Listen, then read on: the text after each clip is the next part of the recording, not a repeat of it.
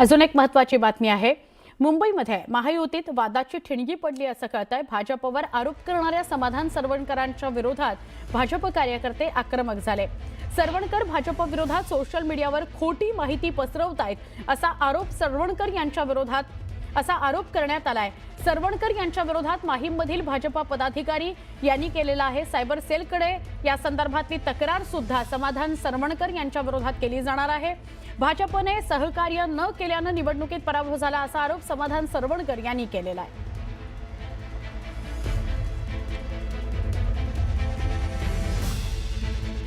समाधान सरवणकर हे महापालिका निवडणुकीमध्ये उमेदवार म्हणून उभे होते उबाठा गटाकडून, मात्र त्यांचा पराभव झाला।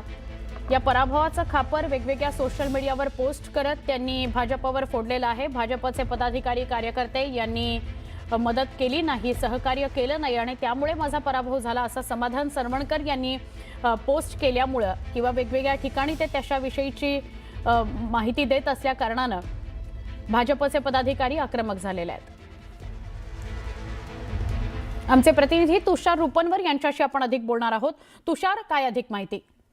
सुवर्णा, समाधान सरवणकर यांना पराभव जिव्हारी लागल्याचं पाहायला मिळते आणि यामधूनच त्यांनी प्रामुख्याने भाजपचे स्थानिक पदाधिकारी माहीमधील त्यांच्यावरती आरोप केला की भाजपच्या पदाधिकाऱ्यांनी माझ्या निवडणुकीमध्ये काम केलं नाही आणि त्यामुळे आपल्याला महायुतीमध्ये आपल्याला ठिणगी पडल्याचं पाहायला मिळतंय। या संदर्भामध्ये भाजपचे पदाधिकारी आणि कार्यकर्ते आपल्याला आयटी सेलकडे या संदर्भामध्ये तक्रार थोड्याच वेळामध्ये करताना पाहायला मिळणार आहेत। कारण की सदा सरवणकर आपल्याला एकनाथ शिंदेची शिवसेना या पक्षामधून उभे होते आणि त्यांना स्थानिक पातळीवरती भाजपच्या पदाधिकाऱ्यांकडून सहकार्य झालं नाही आणि यामुळे माझा पराभव झाला असं समाधान सरवणकरांनी सोशल मीडियाच्या माध्यमातून आपली नाराजी व्यक्त केली आणि याच नाराजीमुळे भाजपामध्ये मोठ्या प्रमाणामध्ये नाराजीचा सूर उमटला। स्वतः भाजपचे पदाधिकारी आणि कार्यकर्ते थोड्याच वेळामध्ये आपल्याला आयटी विभागाकडे या संदर्भात तक्रार करताना पाहायला मिळणार आहे। नक्की धन्यवाद माहिती दिल्याबद्दल। एक फक्त पुन्हा आपण स्पष्ट करूया, समाधान सरवणकर हे शिंदेंच्या शिवसेनेकडून महापालिकेच्या निवडणुकीमध्ये सामोरे गेलेले होते। भाजपने त्यांना तिथे सहकार्य करणं अपेक्षित होतं पण ते केलं नाही, त्यामुळे अंतर्गत वाद थोडासा आपल्याला बघायला मिळतोय। एक महत्त्वाची बातमी आहे, कल्याण डोंबिवलीमध्ये कुणाचा महापूर होणार याची उत्सुकता वाढायला लागलेली आहे। केडीएमसी मध्ये शिवसेना उबाठा पक्षाचे 11 उमेदवार निवडून आले आहेत। यामधील 2 नगरसेवक शिंदेंच्या गळाला लागलेले आहेत तर 2 नगरसेवक मनसेच्या गोटात जाऊन मिळालेले आहेत। हे दोन्ही नगरसेवक मनसेचेच होते, त्यांनी शिवसेना उबाठाच्या चिन्हावर निवडणूक लढवली होती। हे दोघंही मनसेकडे गेल्यानं आता मनसेच्या नगरसेवकांची संख्या 7 वर जाऊन पोहोचलेली आहे। मनसे या 7 नगरसेवकांची कोकण भवनमध्ये जाऊन गटस्थापना करणार आहे। शिंदे सेनेच्या संपर्कातील दोघांवर अपात्रतेची कारवाई करण्यात यावी असं पत्र दिल्याची माहिती शिवसेना उबाठा जिल्हा प्रमुख शरद पाटील यांनी दिली।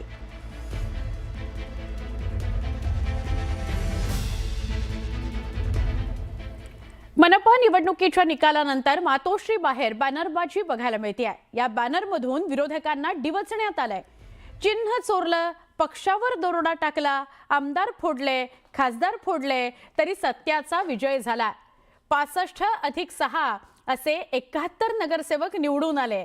बाप तो बाप होता है असा आशय बॅनरवर प्रसिद्ध करण्यात आलाय आणि सत्ताधाऱ्यांना डिवचण्यात आलंय। सुरुवात एका मोठ्या बातमीने, महाराष्ट्रातील सत्ता संघर्षाचा आणि शिवसेना पक्षाच्या भवितव्याचा पेच सुप्रीम कोर्टामध्ये सुटण्याच्या मार्गावर आहे। शिवसेना पक्ष आणि धनुष्यबाण या निवडणूक चिन्हाबाबत आजपासून अंतिम सुनावणीला सुरुवात होते आहे। सलग 2 दिवस या प्रकरणाचा युक्तिवाद ऐकून घेतला जाणार आहे आणि राज्याच्या राजकारणाला कलाटणी देणारा निकाल लवकरच जाहीर होण्याची चिन्ह आहेत। 2022 साली एकसंध शिवसेनेतून फुटलेल्या एकनाथ शिंदे यांचा पक्ष हाच खरा शिवसेना पक्ष असल्याच्या आणि त्यांना धनुष्यबाण हे चिन्ह वापरण्यास मुभा देणाऱ्या केंद्रीय निवडणूक आयोगाच्या निर्णयाला उद्धव ठाकरे यांनी सर्वोच्च न्यायालयामध्ये आव्हान दिलेलं आहे। यासोबतच शिंदे पक्षाच्या आमदारांना अपात्र ठरवण्याऐवजी पात्र ठरवण्याच्या विधानसभा अध्यक्ष राहुल नार्वेकर यांच्या निर्णयाला सुद्धा शिवसेनेचे मुख्य प्रतोद सुनील प्रभू यांनी आव्हान दिलेलं आहे। या दोन्ही याचिकांवर एकत्रितपणे सुनावणी होणार आहे, त्यामुळे आज होणाऱ्या सुनावणीकडे महाराष्ट्राचं लक्ष आहे। उद्या पाहू ना, तारीख पडते की देवतेचा अंतरात्मा जागा होतो.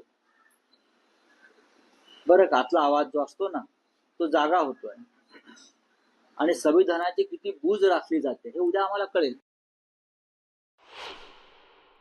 आम्ही 2.5 वर्षात इतक्या चकरा मारल्या आहेत, त्याच्यामुळे काय होईल देवालाच ठाऊक. कारण काय, याचं कारण असं की 2.5 वर्षाची ही लढाई चाललेली आहे आणि अजूनपर्यंत आम्हाला ते इलेक्शन कमिशनमध्ये त्या न्याय मिळालाच नाही. आता म्हणून कोर्टात आमची केस सुनावणीला येते, याचं मी स्वागत करते. बघूया पुढे काय होतं.